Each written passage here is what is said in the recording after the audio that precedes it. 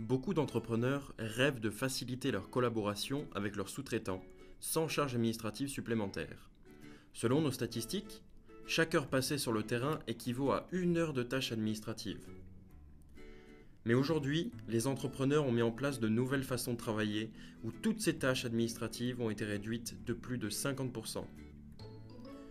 Pour répondre à la question de comment améliorer l'efficacité d'une collaboration entre un entrepreneur et des sous-traitants, nous allons passer en revue la version classique dont vous, en tant qu'entrepreneur, vous procédez pour guider vos sous-traitants dans l'exécution de leurs tâches. Ensuite, nous comparerons cette ancienne version à la nouvelle version, qui utilise la digitalisation. Tout commence avec vous, sur votre chantier. Vous attendez les autres participants de ce projet. Nous accueillons vos sous-traitants et nous allons rentrer dans le détail du processus de l'ancienne méthode. Tout d'abord, l'entrepreneur va répartir les défauts qu'il a listés lors de sa visite, puis les transmet à son ou ses sous-traitants. Dans d'autres cas, l'entrepreneur doit réassigner les différents défauts listés par d'autres parties prenantes du projet au bon sous-traitant. Il a alors un rôle de contrôle. Les sous-traitants reçoivent alors leur liste de tâches respectives et peuvent se mettre au travail. Ils restent en contact de manière quotidienne avec l'entrepreneur pour l'informer de leur progression sur les différentes tâches. Par la suite, l'entrepreneur vérifie le travail des sous-traitants et s'assure qu'il a été correctement effectué. Ce processus de collaboration est le même avec chaque sous-traitant, et ce, quel que soit leur nombre. Ce n'est qu'une fois la vérification effectuée que l'entrepreneur peut clôturer la tâche et la considérer comme exécutée. Durant ce processus, chaque partie prenante possède différentes responsabilités. Pour l'entrepreneur, il a le droit de vérifier les défauts trouvés par l'architecte et il peut légalement y ajouter des détails et les réassigner. Pour les sous-traitants, ils peuvent seulement effectuer le travail demandé sans pouvoir créer de nouveaux défauts ou d'en effectuer certains non assignés. Afin d'informer correctement chacune des parties prenantes de toutes les tâches effectuées et de l'avancée des travaux, l'entrepreneur crée un rapport regroupant toutes ces informations.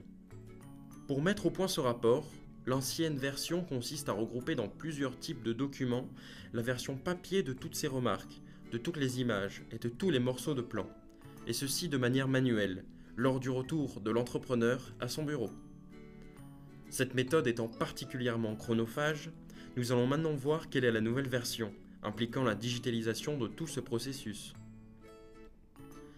Avec la nouvelle méthode, il est temps de créer un rapport en seulement 5 clics, contenant toutes les informations obligatoires et de manière structurée. Une fois généré, l'entrepreneur distribue ce rapport aux différentes parties prenantes. Cela permet de garder une trace de chaque rapport pouvant être généré en seulement quelques secondes. De plus, l'entrepreneur dispose de nombreux outils analytiques, comme le dashboard, permettant d'avoir une idée rapide de la progression de chaque tâche. Il s'agit réellement d'un vrai gain de temps pour l'entrepreneur et pour les autres parties prenantes du projet. Allons jeter un coup d'œil sur comment ce processus est traduit numériquement. Tout d'abord, l'entrepreneur crée un point sur le plan, dans l'application. Il attribuera à ce point le statut « À faire ». Lors de l'étape suivante, le sous-traitant va accéder à sa page personnalisée sur laquelle se trouve sa liste de tâches à faire. Une fois que le sous-traitant a résolu le défaut, il modifie le statut de la tâche sur « Fait par sous-traitant ». En retour, l'entrepreneur est notifié sur son application que la tâche a été effectuée par le sous-traitant. Une fois que l'entrepreneur aura vérifié le travail effectué, il change le statut sur « Vérifier » si le travail est conforme à ses attentes. Si c'est le cas, l'entrepreneur peut ensuite définir la tâche sur le statut « Fermé », informant le sous-traitant et les autres parties prenantes que ce défaut a été résolu. En résumé, voilà le schéma présentant les différentes étapes lorsqu'on utilise les statuts d'approplan.